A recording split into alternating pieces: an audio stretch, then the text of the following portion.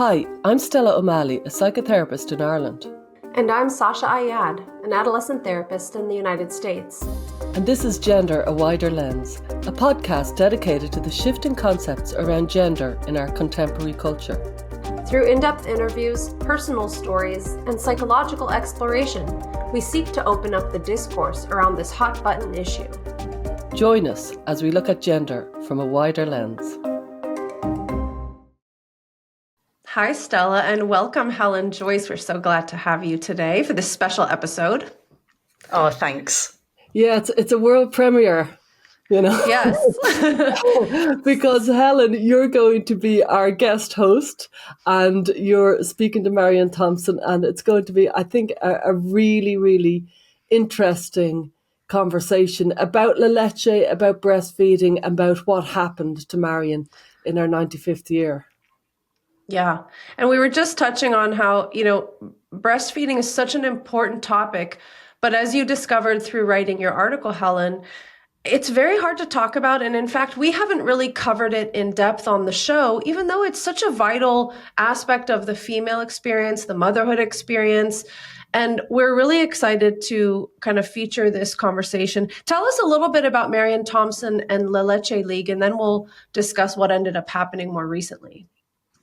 Sure. So Marian Tompson was the person who had the idea of Leche League, which means the League of the Milk. It's Spanish for the milk. And it was named after a mother and a baby, like a Madonna and child in Spanish, because she knew back in the 1950s when she was trying to encourage other women to breastfeed and support other women to breastfeed that you just couldn't say breast. So they reached around for something to call it. And she and 7 other women in Chicago set up just what were meant to be meetings in their homes for other women who wanted to find out about breastfeeding, because she had wanted to breastfeed and she found that doctors basically said just unbelievably random things to her, like your milk runs out at the 3rd child, or, if you're above 30, you won't be able to breastfeed, this sort of thing. And she thought, what women needed was support from other women who had been there. And that was the way feminism was thinking about women at the time, that it was starting to centre women more as experts in their own lived experience. And they just intended this to be a local thing, but actually it went worldwide. And now Leche League has groups in, I think it's more than 80 countries. And it's the oldest and largest breastfeeding support organisation in the world. And it still has that same philosophy of mother-to-mother support. So to be a Leche League leader, you have to breastfeed yourself for at least a year. It's a brilliant everyone concept. can see where this is going, I suppose. Yeah. which is, what is a woman? What is a mother? Yeah. And I'd say and 10 who can years breastfeed? ago, I mean, who can even breastfeed? Yeah. So about 10 years ago, they started to say that they were not going to discriminate on the basis of sex or gender identity. I mean, let's not try and go into the wording, because what I found because for the past year, I've been talking to women here in the UK in the Leche League GB, which is the UK charity that uses and licenses the name. There's been a lot of gaslighting. So it started with saying that women who identify as men could still be in the Leche League, which is obviously, in my opinion, completely fine. They're still women. And then somehow, without anyone really teasing this out, it started to be that men who identify as women could also breastfeed. And then they started messing with the language, changing it to chest feeding, human milk feeding, talking about families that chest feed or families that human milk feed. Anyone who's breastfed, as I think Stella and I both have, will know the man isn't doing any of it. You're the poor bugger who has to wake up in the middle of the night for the baby if you're doing it. So it's quite a strange thing to say this is family doing it. And basically over time, it became clear that they were supporting men who use a protocol that was developed for adoptive mothers who want to stimulate and produce milk. For men, that they were supporting it to being used for men, but they were saying they weren't, but they were. And I think it must be about 6 weeks ago now, Marian Tompson, who's now 95 and is one of the 2 remaining living 7 founders, said she just couldn't take it anymore. And she wrote a very stinging resignation letter and left the board of the Leche League International. At the same time, relatedly, about 5 of the trustees here in the UK, and more than that, about 7 of them either stepped down or were voted off. And now the Leche League GB and the Leche League International are in the hands of people who are promoting not the womanly art of breastfeeding, just the art of breastfeeding, and are supporting human milk feeding and are supporting men taking drugs to try to induce lactation. It's so egregious, because when you're 95, you're looking back on your life, and if you're Marian Tompson, because she really founded it with the other founders, but she was the driver, from what I can gather, and to look back and then to have to leave it's a psychic wound really at the end of your life, because you're into your legacy when you're 95. So it must have been heart-wrenchingly difficult to leave little Leche. She's amazing. I mean, I asked her that. I said when I was interviewing her for my newspaper article, how does it feel to see? I mean, I didn't quite put it in these words, but your legacy trashed. And she said, look, Helen, everything happens for a reason. I don't know what the reason for this is, but there's a reason here. Maybe it'll be a good thing, because it'll mean that people actually have to start thinking about what their values are and why their values are that.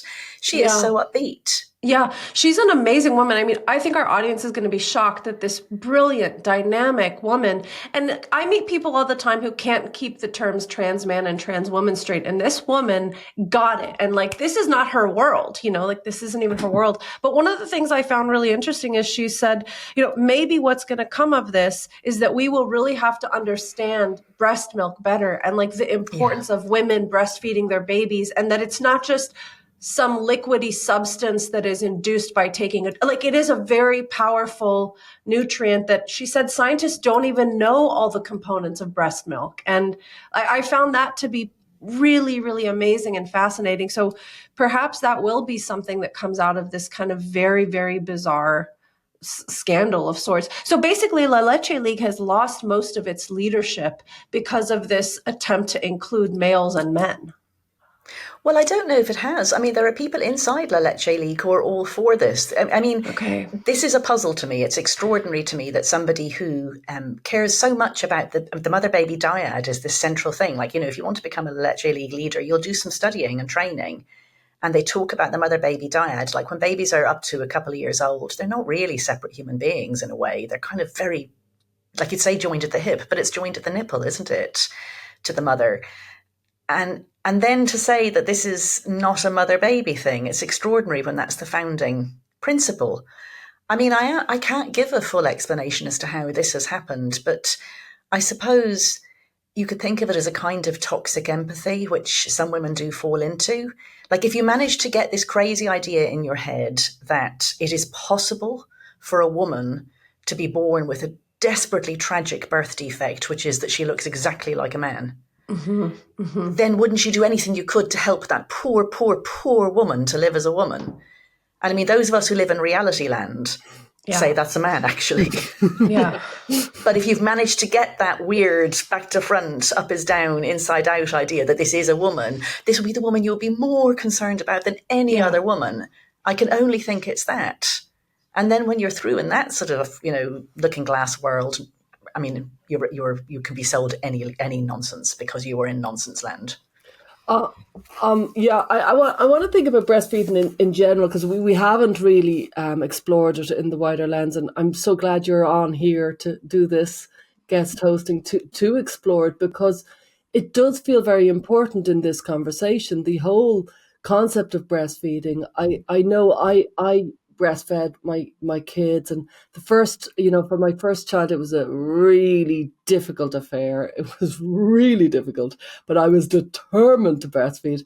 And those organizations, La Leche, and there was another one, I can't think what it is, some Irish one, that really helped me. You know what I mean? That womanly place that you'd go every week, you'd go with your baby. There was only women, everybody talking about, there was so many tips, and by God, I needed every one of those tips. It was a really woman's space, and I mean woman with a capital W. This was very, and it's so intimate, because you're talking about stuff, when you first start breastfeeding, I remember, I couldn't go out, because I couldn't basically breastfeed when I take my whole top off. There was no kind of trying to do it discreet. Not a chance. I was like, I'm trying to do the most difficult thing in the world. Back off. I can't do it discreetly. So there was so many concepts. I remember I got so deeply into it, and I remember being told it was liquid gold, which was probably overstating it a little bit. And there's a lot of myths grown up around breastfeeding. Even though I'm very, very pro breastfeeding, there is a lot of, it becomes very holy and religious on lots of levels. And I'm very conscious that the detransitioners, feel that they have been robbed of a very huge event in the mothering. Now it's such a small part of my mothering. At the time, it felt like the biggest thing in the world that I could give my babies. It felt so important. So I'm glad La Leche were there. I'm glad I got the help. I also think mothering's a long game, and we remain incredibly important in lots of different ways. We can bring lots to the party as such when we're mothers, but it's a fundamentally female act, and we do it. I did it for my baby. That's why I was breastfeeding. I was breastfeeding for my baby. I know. I mean, I agree with all of that. Like, I have 2 kids, and I'm the eldest of 9 myself. And I breastfed and didn't actually find it difficult. It was fine. And I've seen detransitioners crying because they've had their breasts removed. And I mean, it's a very delicate message, because you can't just say, oh, just give them the bottle, it's fine, they're grand, loads of babies are bottle fed, because they're right, they have had something robbed from them. So what I've said is, I breastfed my babies, it meant a lot to me to do it, I'm really glad I could, but I was not breastfed myself. I was born in 1968 and hardly any babies in Ireland were breastfed at the time. And my mother, I interviewed her, in fact, for the article that I wrote for Marian Tompson in the Times here in the UK. And my mother told me her own mother thought it was insane of her when she decided at the 3rd child to start breastfeeding. She said, the bottle is liberation from the tyranny of the baby. And so I say I didn't have a mouthful of breast milk myself, and I couldn't love my mother more. And I mean, as for this liquid gold thing, like I'm just joking here, but Stella, imagine I've been breastfed. Like, what would my IQ be? Seriously, I'm fine. So, you can hold both those ideas together, and that's difficult. And it's difficult when you've been through this grieving process and you're still in it, actually, like a lot of the detransitioners are. But like you say, I mean, my children are now 23 and 18, and they're grand, and they'd be grand if they'd been bottle fed, and I'm still their mum, and I've been doing important things with them even after they were weaned. A mother is for life, not just for when you're being milk fed. Yeah. And I mean, that raises such an important point that you talked with Marian about, and I also read about in your article. And this was kind of, for me, the mind-blowing crux, which feels very obvious when you say it out loud. When women breastfeed their babies, it is done purely for the sake of the baby. When a man wants to take drugs to induce some sort of lactation substance and feed a baby, it is absolutely not for the baby's sake. It's absolutely for the sake of the individual who wants to get some sort of validation as a woman, wants to feel like he's participating in this like ritual of motherhood. So when you think about that in and of itself, you go, whoa, this is totally not the point of why breastfeeding organizations exist. They're not there to validate the woman's motherhood. They're there to help the woman provide for her baby. And that just felt so eye-opening to think about it from that angle. I do think that women will feel that it is a thing that means a lot to them too. Of course. It's just that, what's central to it is we do know by now that breast milk is best for the baby if you can breastfeed. So a woman who's doing that knows she is doing the best thing for her baby. And in her circumstances, obviously. Yeah. A man can't know that because we have no studies on what is coming out of his breasts. He just can't. And the thing is, like, you hinted at it in the introduction, there's loads we don't know about breast milk. So it seems that saliva backwashes from the baby back into the woman's nipples and the body. And this is a very, very long evolutionary process that has got us here. The woman's body can tell how old the baby is, what its nutritional needs are, if it's ill, any of those things. It can ramp up the antibodies in the milk. It can alter the liquid, the fat, the protein, and so on in response to the breast milk.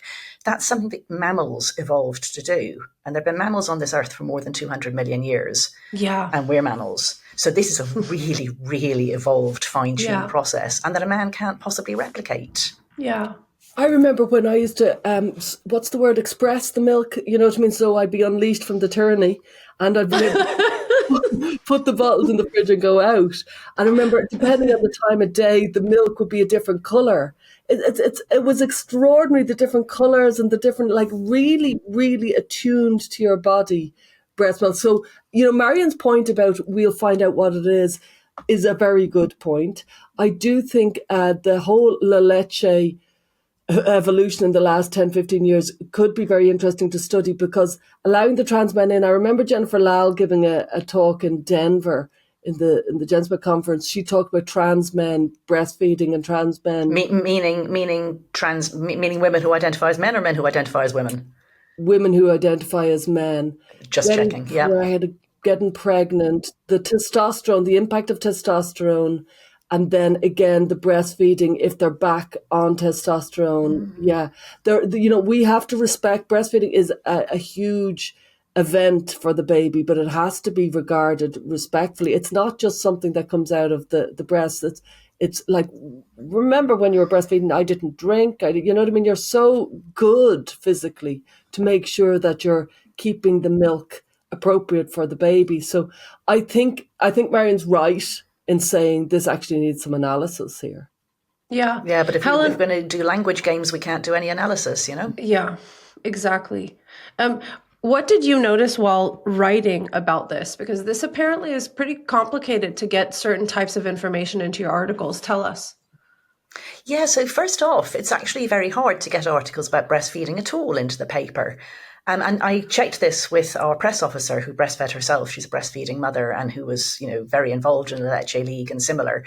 And she said that, men feel embarrassed still, even if they don't say they are. So male editors and male journalists will feel it's not their place to write or commission these articles.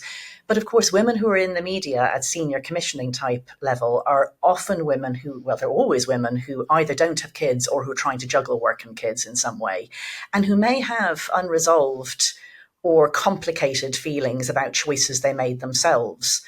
So, if they haven't really come to terms with maybe a decision to go back to work or to bottle feed or, to wean earlier than they wanted to, or, if they struggled to breastfeed themselves, this is a story that is hard for them. So that was the first thing. I was really happy with the commissioning editor at the Times, and I thought the article went through really well, but it was interesting what got dropped. Like, to be fair here, things always get edited, and some things did have to be cut out just for length. But there was a section I had in the piece about, why would a man want to come into a space that is coded female only, and not just female only, but a space where women get their tops off, It's usual to take your top off in these spaces because the leader is going to want to see why the baby can't latch on or what's making you uncomfortable. They're poking at it and they're coming at they're really up close, It's so any man who comes into a space like that, by definition, is a man who is not respecting women's boundaries. And, obviously women are going to be uncomfortable and obviously women are going to leave. And you don't have to say these men are perverts. You just have to say that they're not really thinking this through at the very least.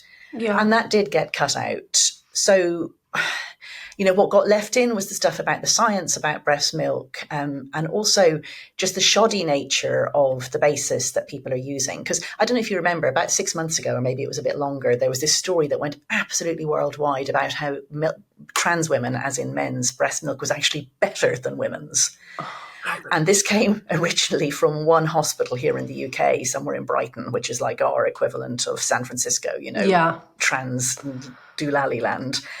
And it turned out that there were 5 papers they cited, and 4 of those papers were about female people, women, using this drug protocol because they weren't birth mothers. Yeah. One was about a man, and that was one man, and that man's girlfriend, like the woman he was in a house with, had just given birth, and there was no control to see who had given the milk. So, you can't imagine a shoddier basis for a story going worldwide. But everyone was so happy about it. The BBC ran this. They got this idiot on to say, not just as good as women's, but better. They say this thing, the lie goes around the world before the truth has got its boots on. And here we are. Loads of people worldwide think it's been proven that men's breast milk is better than women's. Yeah. Yeah, that's so... It is so dark, really, if you think about how quickly women get displaced as like less great women than men who identify as women. Men make the best women. Marian goes into detail about how hard she had to fight to breastfeed, like back in 1956. And I was just saying to the both of you earlier, like, it's amazing breastfeeding has endured through modern life because there was so much resistance for modern women to breastfeed. And so my mother didn't breastfeed, your mother didn't breastfeed at first, Helen. And my mother was told her breasts were too small to breastfeed. That's factually wrong. It's wrong. They throw out, as Marian explained, they throw out any old excuse, whatever they're thinking that day is what they do. And then she's there telling me all these years later that that's why. And I'm like, that's wrong. That's just incorrect. And she goes, no, it is. I'm like, there's so many obstacles women got through, especially in the last, I would say, 50 years, to maintain a freedom to breastfeed. It became, in the 50s, 60s, 70s, it became kind of, I suppose, kind of, you were considered almost peasant-like to want to breastfeed, depending on the context, but certainly that's how I read it. And then there's so much effort on anybody who has to go to work to try and figure out how to breastfeed around work. It's a nightmare. And yet women still breastfeed. Women still want to breastfeed. There's something really powerful within the woman that continuously wants to breastfeed. And the idea, I think it's even... Yeah, go on. Even more than pregnancy, I think breastfeeding is the rebuttal to what I call the Mr. and Mrs. Potato Head model of human embodiment. Okay. Yeah. The trans idea is that we are a collection of organs, and you can cut off some organs and stitch on some simulacra of those organs, and you turn a person into a good enough member of the opposite sex.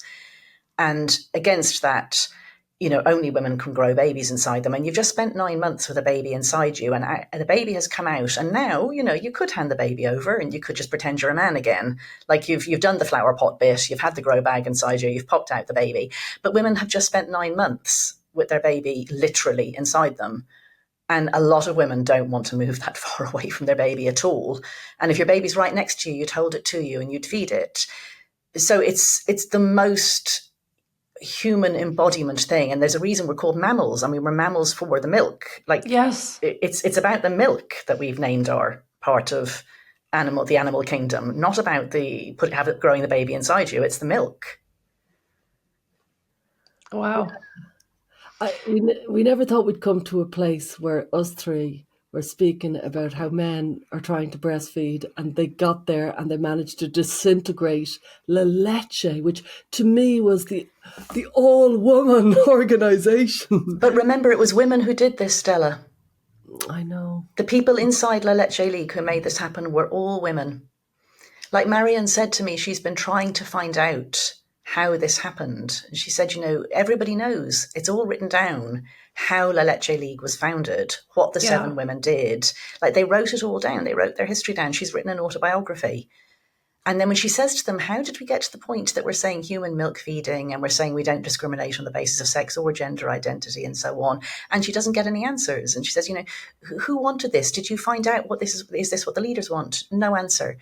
But I mean, I can tell you that there are women inside La Leche League who voted out the trustees who were standing against the change. So familiar. Well, we hope that this conversation with Marian just kind of brings more attention to this very kind of complicated but important story. And we're really glad to have you kind of hosting Gender Wider Lens in this way. So thanks, Helen. We'll let people check out the episode. And thank you so much for having me on, especially when you were winding up. I can't believe it. Well, we're so glad to have this because, like I say, world premiere, it's a one-off. You're the only person who's doing it, Helen. Nobody else has done it in these 4 years, so it's a very special position. And yes, we're so thrilled. But also, this is our last episode of the year. We'll be back in the new year with some other recorded episodes that we have ready. And we hope everybody has a happy Christmas and best wishes for the new year. I think it's very important that we kind of mark these years as they go by, because so many of us have kind of been in this now. We all know each other. Remember, we didn't know each other. We knew each other's work, and we've kind of grown up in the last few years over this. This movement, for want of a better phrase, has grown. And I think it's really important we mark it, because I think now our position has been legitimized. Now we've got very strong kind of credentials. We've got some studies, we need more. We've got a lot of research backing us up. We've got a lot of stuff to kind of stand up strong. So hopefully 2025, I think, is going to be a big year for us. I hope so. I think so too. All right. We hope you enjoyed this special conversation between Helen Joyce and Marian Tompson. Marian, take us back to 1956. I think you'd had your third child and you were starting to really think differently about how you were going to feed your child. Tell me what was going on in your mind. Well, what had really happened was with the first 3 children, I wanted to breastfeed, but the 3 different doctors I had for those children didn't know anything about it. They didn't even feel it was important. Anytime I had a question or asked them, do I have enough milk? Or, is my milk good enough? They'd say, well, just give the baby a bottle to top it up and we'll make sure it's okay. So the longest I nursed at that time was 6 months. Each doctor had a different reason as to why I had to quit at 6 months. One was there was nothing good in the milk anymore by 6 months, or that if there what once I had 3 children, it was very common for women to lose their milk, and he somehow felt I had lost my milk and I had to put down the bottle. My saving grace was reading an article in a paper about a doctor and his wife who were in our town who went to my church, and I had never heard of him, and that he delivered babies at home. Well, that was what I always wanted after I had my first baby. Hospitals were not set up for mothers who were having natural births. They didn't know what to do with them if they were knocked out. So I immediately went to him for my 4th baby. And lo and behold, he not only helped me with paying to my birth at home, but he knew about breastfeeding. His wife had breastfed. He knew how important breastfeeding was. So with him, I was nursing my baby at a year when I went to this picnic in a park, and Dr. White and his wife, who had become friends by that time, were at the picnic too. And what we noticed was, because we both had nursing babies at the picnic, women who came up to talk would find the conversation would go up to breastfeeding. And they'd say, I wanted to nurse, but I didn't get any help. Or I wanted to nurse, but my doctor thought it was useless. You have to realize in those days, when you went to the doctor to have a baby, they never even mentioned breastfeeding. They never said, are you going to breastfeed? In fact, doctors that I knew said, when a woman would tell me she was going to breastfeed, I would get scared. What was I going to say to her? I was the doctor who had all the answers, but I didn't know about breastfeeding. So anyway, it bothered me to realize that other women had the same problem I did. And so that night in bed, I was thinking I had to do something about it. I mean, there was no ifs, ands, or buts that I have time to do it. I had to do it. So the next day, I went to Mary White's house, and I said, Mary, I want to start something to help women in town who want to breastfeed, to help them get, know what to do. And would you help me? And she said, oh, sure, immediately. She had 6 children at the time, but she too was willing to go on. So I went to the one other woman I knew in town who had breastfed, because I used to babysit for her 2 boys when they went to a church meeting. And so while we didn't talk about breastfeeding, I knew she had the experience. So they, between the 2 of them, asked other friends who they knew had breastfed. And within about a week, we have 7 women who came to be called the 7 founders of the Leche. And we sat down.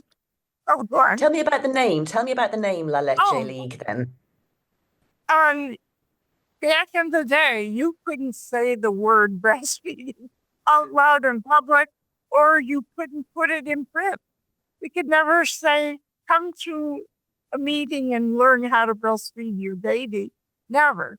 So Dr. White had heard about this shrine in Florida, Our Lady of the Leche, which it was the oldest Catholic shrine in Florida, in the United States.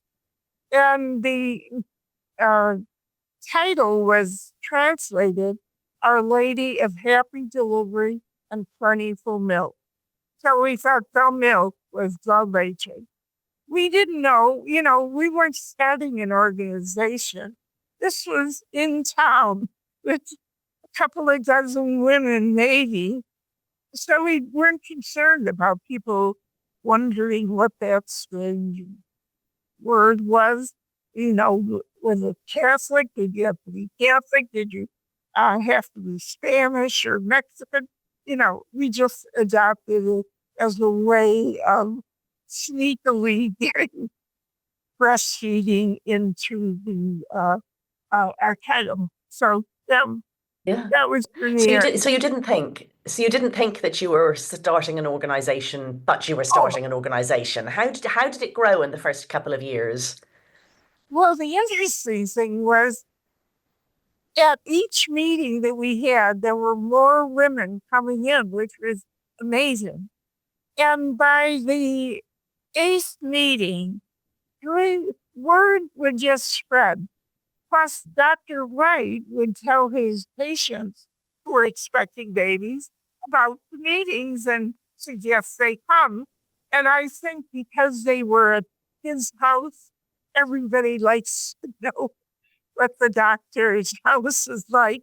And so we had many things going for us. But by 8 months, 3 women who were coming from Chicago to each of our meetings came to us and said, how do we start this in Chicago for the women in our neighborhood? So this was a total surprise. We weren't thinking in terms of training other people and what do you tell them even, how do you train them? But we took it on. And that really made the difference. I mean, it was the Leche leaders who changed the world's perception, understanding, and appreciation for breastfeeding. So the other thing that made a big difference was 2 years after we started, we wrote the start of a book, but it was 33 pages we had printed, and our children all had to collate them and put them together. We sold them for $1. And this was a way of giving women more information than they could get from a letter. Most women wrote to us, and we would handwrite letters answering their questions and encouraging them to write back if they had more questions. So that particular book is 33 pages, and without any advertising or anything, we sold 17,000 copies in just a couple of years. But we also learned a lot because people wrote back to us about their situation, and we thought we have to write another book. We have to put some, all this new information. This is all practical information because there was very little research being done on breast milk or breastfeeding at that time.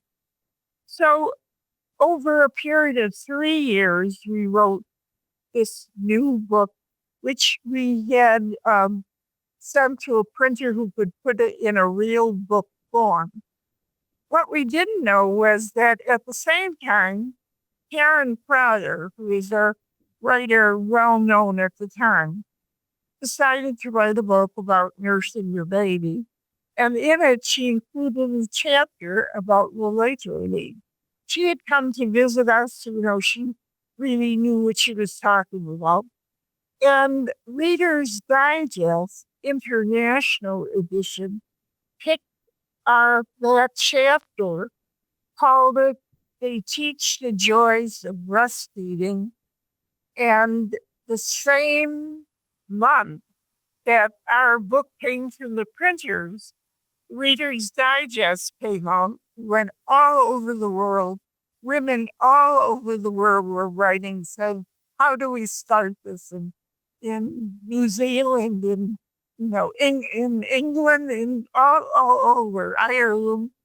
And we sold over 1 million copies of the book, so Amazing. And tell us in brief then what the philosophy is. What's the philosophy behind La Leche? the philosophy and success of Leche is it's a mother-to-mother breastfeeding organization.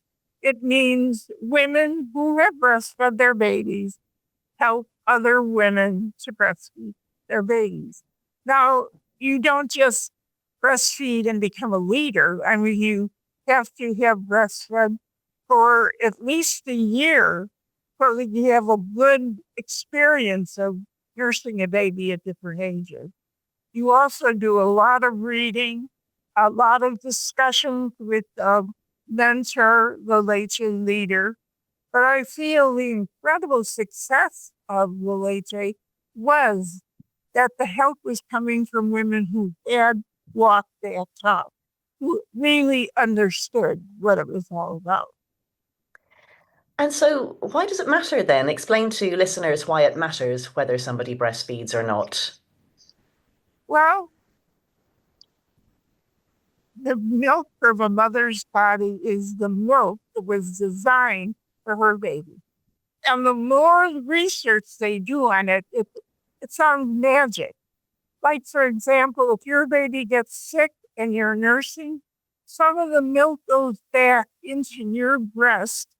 And if you have no experience of that disease or condition in your body, your body starts creating anti-infective factors to protect that baby, which goes out again with the milk. If you're nursing in the morning, your milk is a wake-up milk. When you nurse at night, it's a go to sleep. It's just have different qualities. The time of day, it's different because a baby, and it's different according to the needs of your baby, not somebody else's baby. It's not a schedule your body goes through. Your body is tuned in to your baby. And where can you get anything like that? That kind of help at all. I mean, it's interesting hearing you talk about mother to mother, because one of the things I've noticed, as you know, I interviewed you a couple of weeks ago for an article for the press. I notice how little coverage there is, just straightforward coverage of breastfeeding. Like, either it's put in a mummy wars context where women are made to feel bad about their decisions about a whole range of things, whether it's a natural birth, whether they're co-sleeping, whether they went back to work. But it's not just a straight story. And a colleague of mine who knows a lot about the press said she thinks the men are still embarrassed by breastfeeding, and the women have unresolved inner conflicts about the decisions they made themselves. So your story lands in a newsroom where there are women who think they didn't breastfeed because they couldn't, or because they're failures for going back to work, or they feel that other people are guilting them about going back to work. There's just so much emotion around breastfeeding. Yes, absolutely. Way back when I would be invited to speak at health fairs and things, if it was a man introducing me, they didn't know how to talk. They were just so embarrassed even to say the word breast. I mean, it wasn't that many years ago that Walter Cronkite was supposed to introduce me at a big thing on television, and he couldn't. He couldn't say breast. So even then, which was fairly recent, people have problems with that. And I think because for a long time it was just a sexual plaything, it wasn't thought about as something for a baby, for feeding a baby. And I thought about that. I mean, when you said that, that immediately made sense to me, but it hadn't really occurred to me how the women, like working women, and of course, every woman in journalism is a working woman. I mean, formerly working women at home are also working. You know, those women also have their own conflicts that they maybe don't want to talk about. I mean, how does La Leche deal with this question of not making women feel guilty about decisions that they make, but also saying the breast milk is the best milk? Well, people make their decisions for themselves, whether they're going to be guilty or not. I mean, it depends on why a woman did it. I can't make her feel guilty by saying breast milk is best. That would be terrible if you couldn't tell people that, because the reason we want people to know about the value of breastfeeding is so they'll be supportive of mothers who are nursing. That's one of the big problems women had. Nobody felt it was valuable. And so she had to justify taking the time. I met a child psychiatrist at a cocktail party, and he was saying, he was talking about how babies now are coming out depressed. He's working with depressed babies. And so I talked about were his children breastfed. And he said, yes, the first 3 were breastfed. But when the 4th came, I said to our wife, you have to think of the rest of us now, not the baby. And he's a child psychiatrist. So what kind of help was he really giving that would help the baby at all? So the idea, we never point the finger. We never said this is what you should do. We never talk about judging what women's decisions were, because you never know why they, and it's not about business, why they might not do it.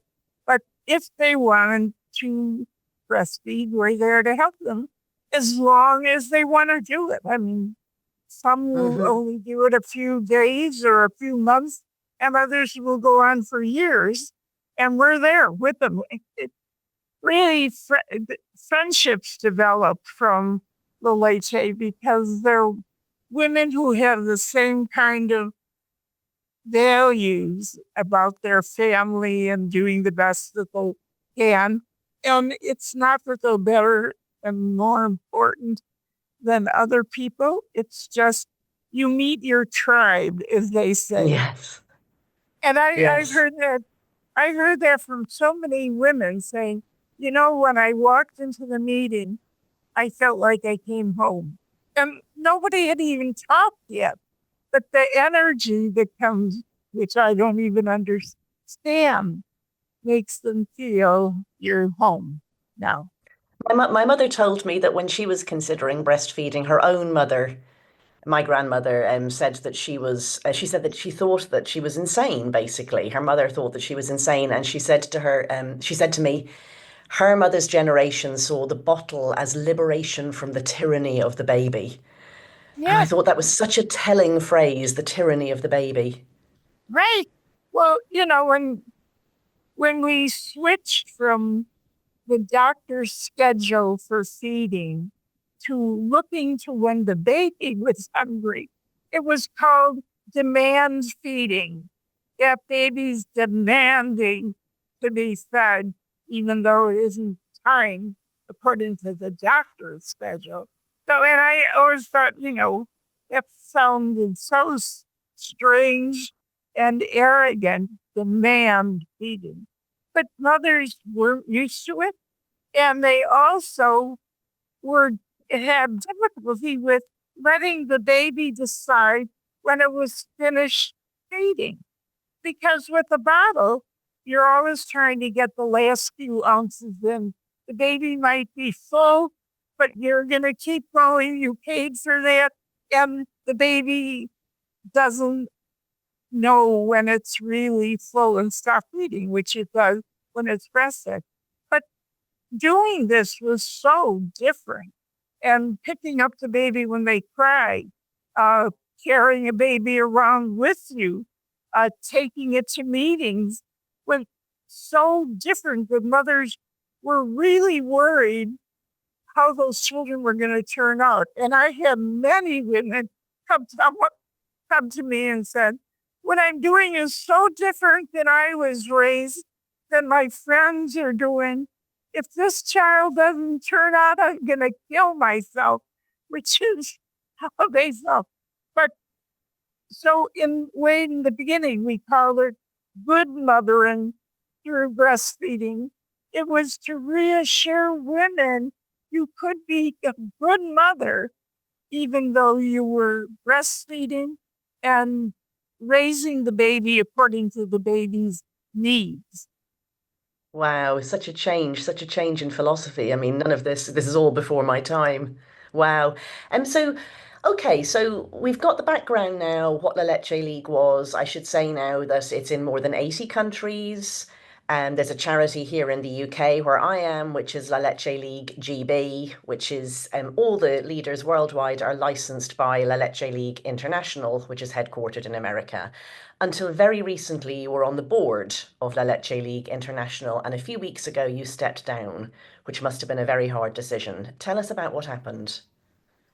Well, it was the adoption of an inclusivity statement in which, instead of being there to help mothers who wanted to breastfeed, the Leche, in being inclusive, was going to offer to help anybody to breastfeed, regardless of their sex.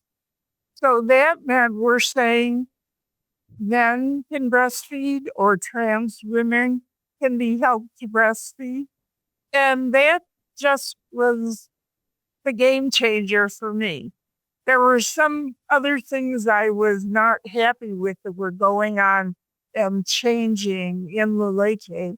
They'll change in language and people's identity, which you never knew. I wrote something to somebody and started out, "Hi, ladies of the board," and I was immediately told not every one of the women identify as a lady, so I should never use that phrase.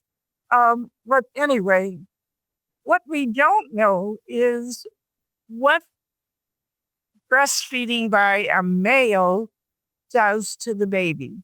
There's been no good Let's just research. pause though. Let's just pause because I mean, when I try to explain this to people, the first thing they say, but that's not even possible. What are we talking about? We're talking about trying to compare, first of all, the milk and the whole experience for a baby, because breastfeeding is more than just milk. But And it's how do men even do it? How does a male person even produce something? well, that's another problem.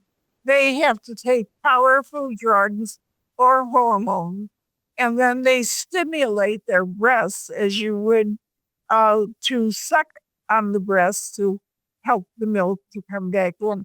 I don't know if it's milk, but the thing people don't realize is we still don't know what all the components of breast milk are. So how can we even say it's as good as or it's close to it? Because we don't know. Science yet isn't in the place of identifying and finding out, isolating particular things that might be extremely important to make the benefits of breastfeeding. But we don't know. You know, every year they're coming out with new information, but you can't say that we've got it and you can make milk that's going to be like it or that a male would. So you're two things. You're putting that baby at risk. For me, it's experimenting on babies. when women want to breastfeed, they want to do it because they know it's the best possible way of bringing up their baby. But when a man does it, it's because it's something he wants to do for himself, not for the baby, because you can't prove that it's healthy for the baby. And we don't have any leaders who have had that experience as you do with the biological woman to lead you with that. We don't have any trans women leaders or biological men leaders. So you don't have that component that made Leche so successful. So we've said that we don't know what the liquid that's produced by the men is. We don't know whether it's good for the baby. We're pretty sure that the man is doing it for himself rather than for the baby. The leaders don't know how to support this, and so there isn't the mother-to-mother component. Is it also disruptive for the meetings? I would assume that the meetings are women only for a reason. Absolutely. I mean, you get a man coming in and saying he's a trans woman. How do you prove it, even? And that he's going to sit in that meeting. Well, meetings are safe spaces for women to nurse and learn how to nurse. Because for many women, breastfeeding becomes iffy because they're embarrassed to nurse in front of other people. So you teach them how to do that with your clothing. I nursed in front of priests who had no idea I would nurse in front of them. So that's important. And when they ask intimate questions, about their baby or their sex life or whatever, they're not going to do that with a man there, especially a man they don't know. So that creates a whole barrier. And I heard one person, a leader, who was asking what to do when mother comes to the meeting and she's sensitive about who the man is in the room. They said she could sit behind a curtain or in the next room near the door.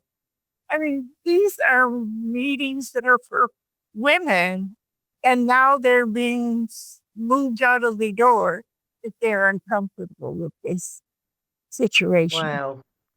And then before I start to ask about, how this happened, just for listeners, another question that comes up a lot is, are we talking about men who identify as women or women who identify as men here? Like, people think, like, are we talking about trans men? So just for clarity, what is the position you think should be the case for trans men, that is, women who identify as men? Well, the thing with trans men is they are biologically women. That's what we believe. They don't believe that, but we do. So we did have one leader, one woman who became a leader, one trans man that became a leader because of a lot of pressure. And she gave birth to 2 babies, but she had her breast chopped off before, and so she had to use a supplementer and get donated breast milk for those babies, which is, a very difficult situation can be. And you don't really know the health history of all the different people. So that's their decision. But that's how they do it. Leche hasn't had any discussion that I know of about the trans men because the biological women started, It seems to be that the whole thing is to just invisibilize sex. Like, I looked at the website when we were talking and when I was writing my article, and it just keeps saying things like human milk feeding, parents of all kinds, families of all kinds, all gender identities. It was very unclear what they were actually talking about.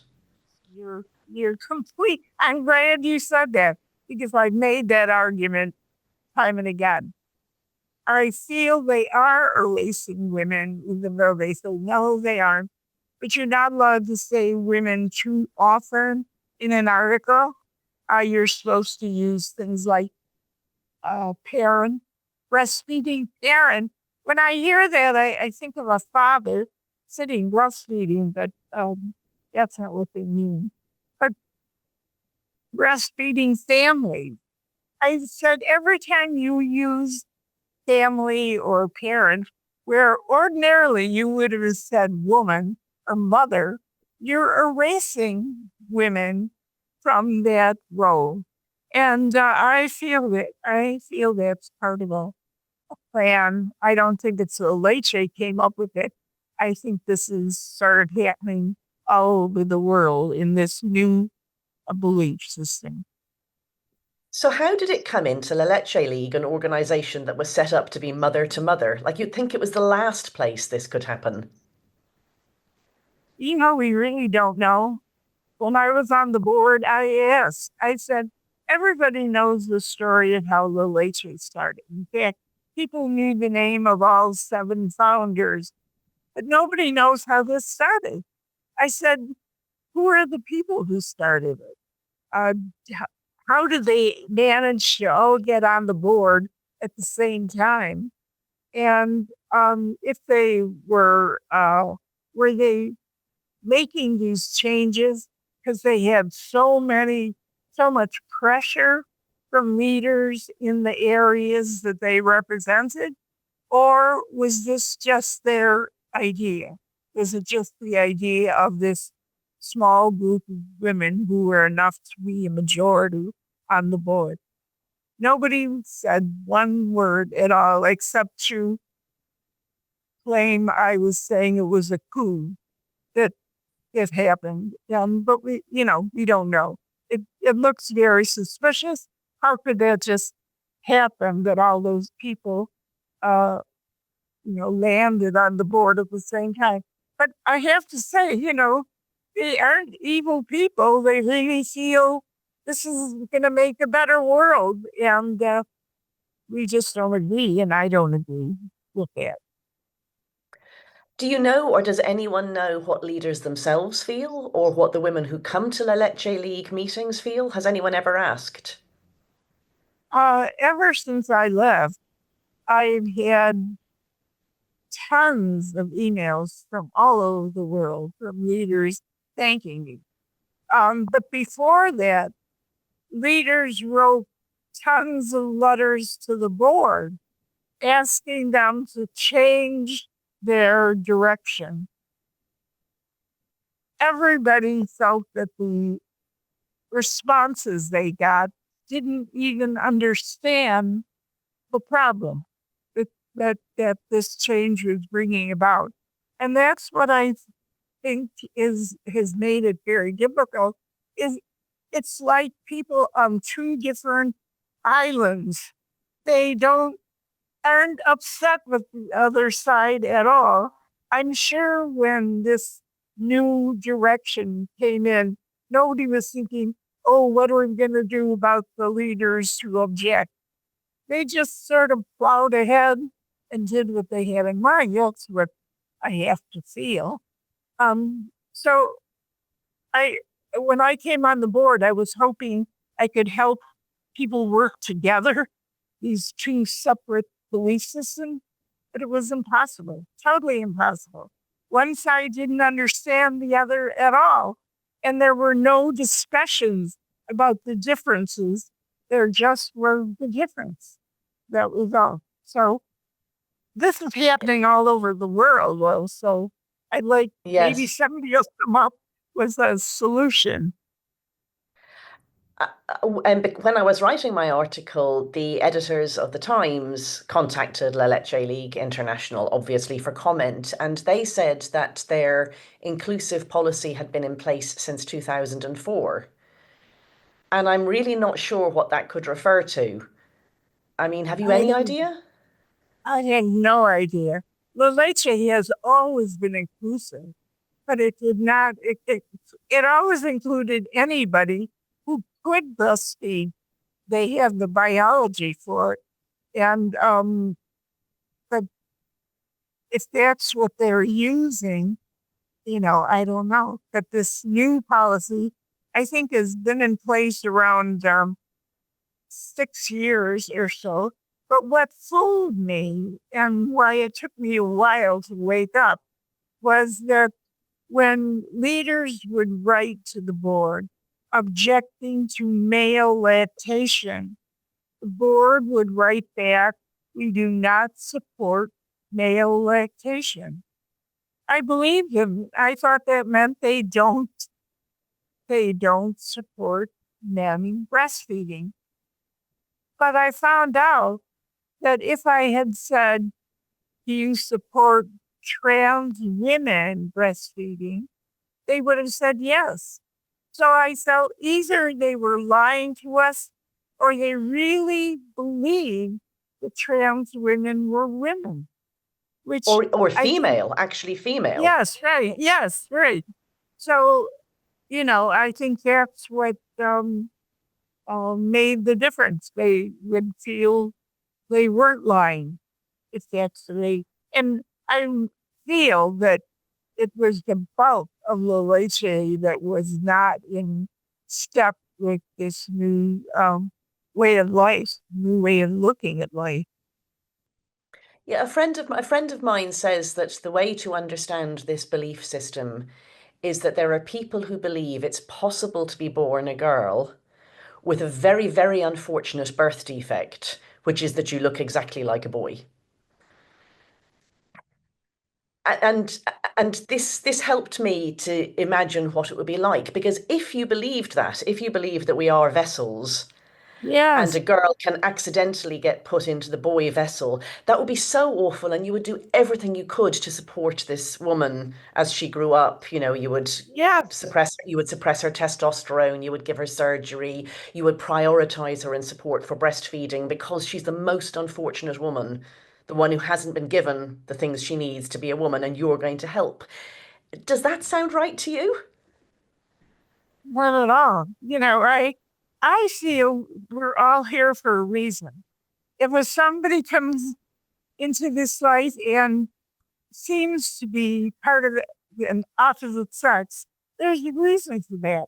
And they have to be helped to love themselves and maybe figure out why are they really here, not spending a lot of time feeling they've been cheated, but finding out why are they different in that way. Yes, I should clarify. I meant, does that sound right as a description of what these people think? Oh, yeah, right. I mean, How I can't explain it any other way. Yes. Yeah, that's a great way of explaining it, I think. Yeah. So I Okay, so what next? Have you got plans next? I mean, I think you're about to turn 95, so hopefully you've got a nice birthday plan. tomorrow I'm 97. Tomorrow. Oh my goodness. But Okay, so probably after this episode comes out. But Marian, what are you going to be doing tomorrow then? Actually nothing, because we celebrated my birthday with Thanksgiving. My Okay. 7 children flew in from all over the place and spent some days with me, which was heaven on earth for me to be able to be with them, where you can just talk about anything, because you're just together. So we've done but I should just mention this fun thing. When our children were small, I used to write a poem for them for their birthday and tape it on the wall above their bed. So when they woke up on their birthday, they had this poem. Well, for my birthday this time, all of them wrote a poem for me and read it for the dinner, including a son-in-law who wrote a poem with the home generator robot, a chap, whatever they call it. And what you do is you write and send an email saying the qualities of the person you want the poem for. And they wrote this long poem, which he wrote out in his hand. So that's the first time I had a robot written poem too, which was fun. I would have been crying the whole way through that if it had been me. I would just have been in tears from the beginning. Were you? Yes, and even my sons, some of my sons are actually couldn't say the poem because they were so choked up. So yes. Oh my God, Marian, that's just really beautiful. And then what next about, what are we going to do about this business of having women only breastfeeding support? How are we going to get that back? Well, people are trying many different things. There are people still on the board who are hoping that they can make a difference there. There are people who are thinking and looking into starting another organization. It wouldn't be Leche because we don't have the name, for it. So I'm not worried about it. I feel it's going to be a lot of work either way, if you stay on the board or if you're not. And I'm just waiting to sort of see. My life has never come from having a plan and then doing it.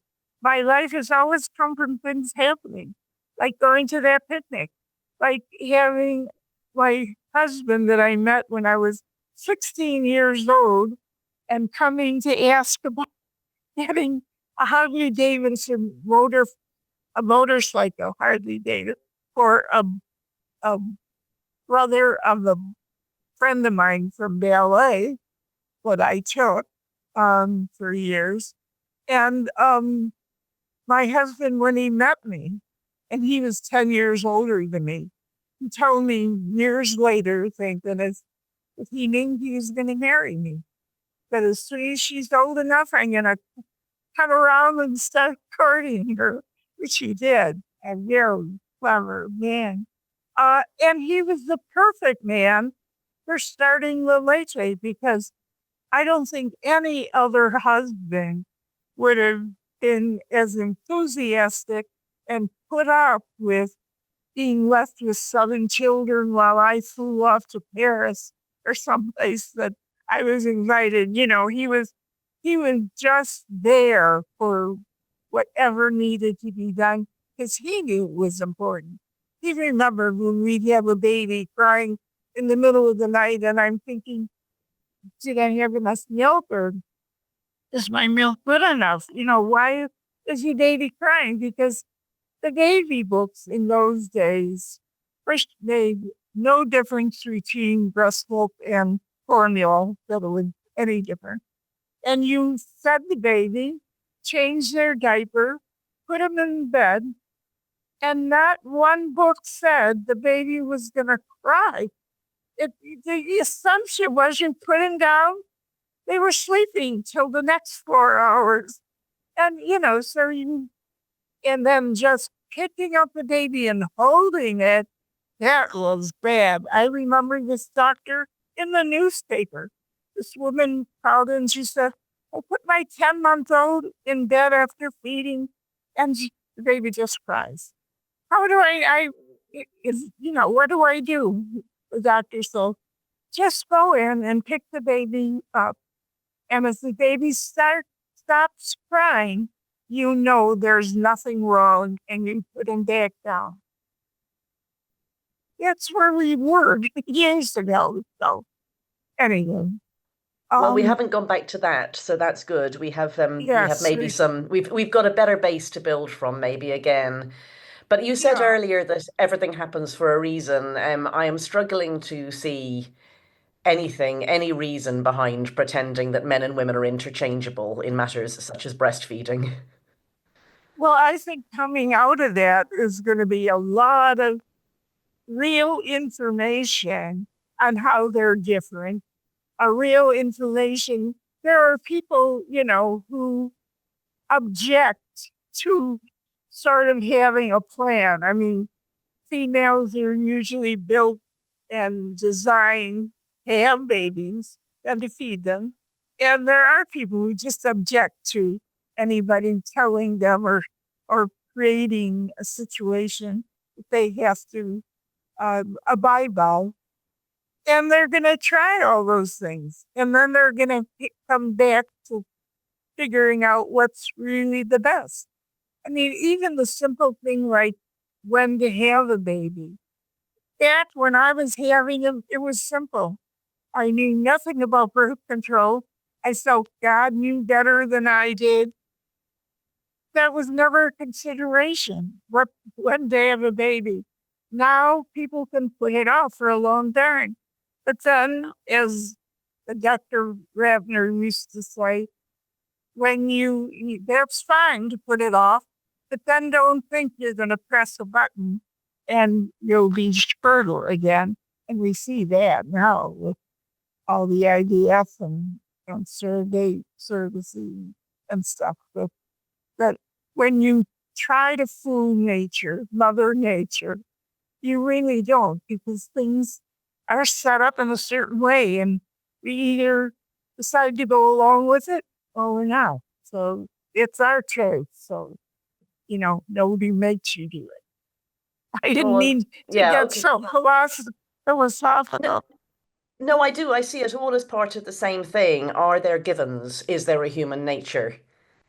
And I'm not saying, that all women have to be feminine, everyone has to be a mother, nothing like that. Nice. But I mean, there are givens. There are things that we can't change. And we're trying to change things we can't change. Right.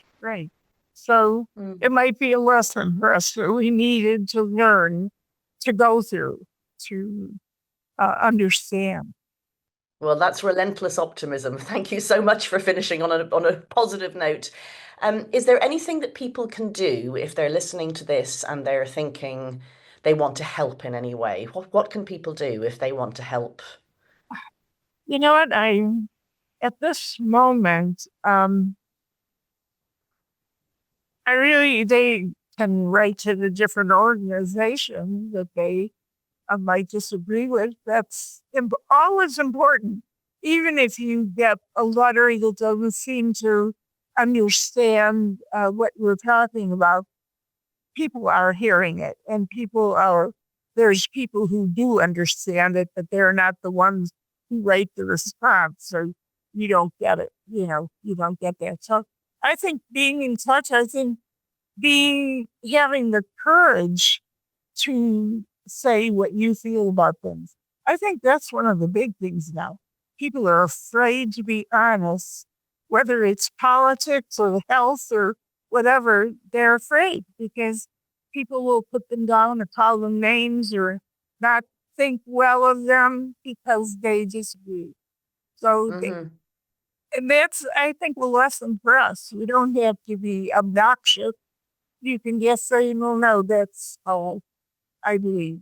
I feel that. That's just nicely, just quietly. But now that you're asking me the question, I think that might be the part of what's going on. Having the courage to be authentic. Letting people know. Having the courage to be authentic. Yes. Yes. Yeah. Because I think I will. Okay. Well, I see it's taken me a long time on some of the things that I'm interested in to let people know about it, to mention it, to stand up for it. Because I know that beside being a nursing woman, I'm being crazy. It's just another reason to say I'm crazy. So let's be authentic. Yes. Wouldn't that be a wonderful world where we could just believe what people say and let them be who they are? Of course, that's what they think they're doing. This is the crazy thing. They think that by saying that men can be women, they're being authentic. Marian, thank you so much for your time. It's been an inspiration and an honor to meet you and to talk to you. And I hope this story is inspiring to the people who listen to the Gender a Wider Lens too. Well, thank you. It's such a joy talking with you, Helen. It's a treat. Thank you. Okay. All right. Love to those wonderful 7 children of yours. Oh, will. They're wonderful children. Bye. Okay, bye. Thanks for joining us this week on Gender, A Wider Lens. If you enjoyed the show, please rate and review us on Apple Podcasts or Spotify. And be sure to visit us on Substack by going to widerlenspod.com. There you can join our listener community, access bonus content and resources, plus learn about additional ways to support the show. Our discussions are for educational purposes and are not intended as a substitute for mental health services.